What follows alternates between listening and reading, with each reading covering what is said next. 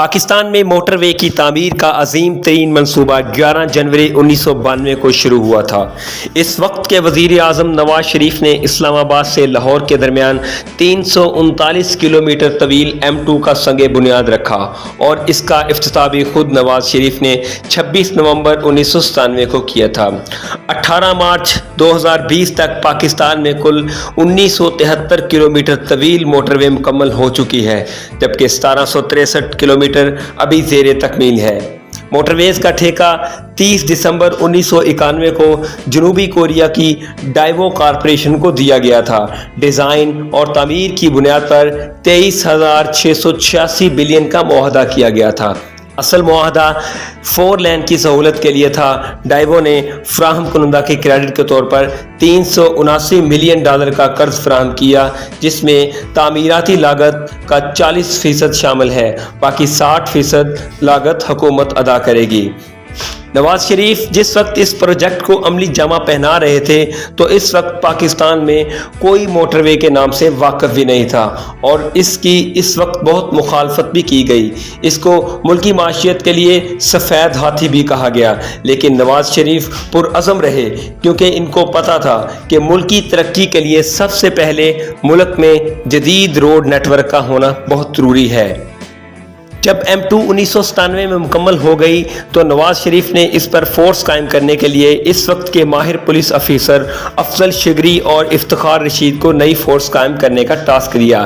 اس وقت موٹر وے پولیس کا قیام عمل میں لایا گیا، جو کہ ہر لحاظ سے ایک نئی فورس تھی۔ اس کا یونیفارم، ان کی گاڑیاں اور کام دوسری پولیس سے بالکل مختلف تھا۔ اس زمانے میں موٹر وے پولیس کو پیٹرولنگ کے لیے لینڈ کروزر گاڑیاں دی گئیں۔ ان کی تنخواہیں اور سہولیات دوسری تمام پولیس فورس سے زیادہ تھی اور یہاں سے ایک نئے پولیس کلچر کی بنیاد رکھی، جس کی وجہ سے پورے ملک کے پولیس کلچر میں بڑی تبدیلی آ گئی۔ یہ ملک کی واحد پولیس فورس بن گئی جس نے دن رات بارش، آندھی، سردی اور گرمی میں لوگوں کے سفر کو محفوظ بنانے کے لیے کام کیا اور موٹر ویز کو اتنا محفوظ بنا دیا کہ اب کسی بھی وقت دن ہو یا رات آپ سفر کر سکتے ہیں۔ لیکن ہمیں ترقی راست نہیں آئی اور مختلف عوامل نے ترقی کے راستے کو روک دیا اور جس پروجیکٹ نے ملکی ترقی میں مین کردار ادا کرنا تھا اس کو روک دیا گیا اور بعد میں M3 کو 3 کی بجائے 2 لین میں تبدیل کر دیا گیا۔ انٹرنیشنل فرم کے بجائے اپنے لوکل کنٹریکٹر کو پروجیکٹ دے دیا گیا، جس کی تعمیر غیر معیاری ہوئی۔ انٹرنیشنل فرمز کے اوپر کیس بنائے گئے، ان کو ملک سے بھاگنے پر مجبور کیا گیا۔ اس کے بعد جب میاں صاحب کا دور واپس آیا تو انہوں نے پھر اس رکے ہوئے سفر کو دوبارہ جاری رکھا اور سب سے مشکل اور دشوار گزار موٹر وے ہزارہ موٹر وے پروجیکٹ پر کام شروع کیا، جو کہ محض ایک خواب تھا، لیکن وہ خواب آج پاکستان کا سب سے خوبصورت موٹر وے کے ساتھ مانسہرہ تھا۔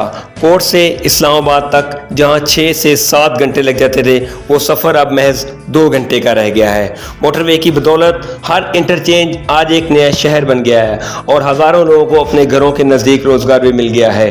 موٹر وے کی وجہ سے ملک میں جدید اور نئی بسیں آ گئیں اور مسافروں کی کھٹارہ بسوں ویگنوں سے جان چھٹی اور ٹرانسپورٹ سسٹم بھی اپ گریڈ ہو گیا۔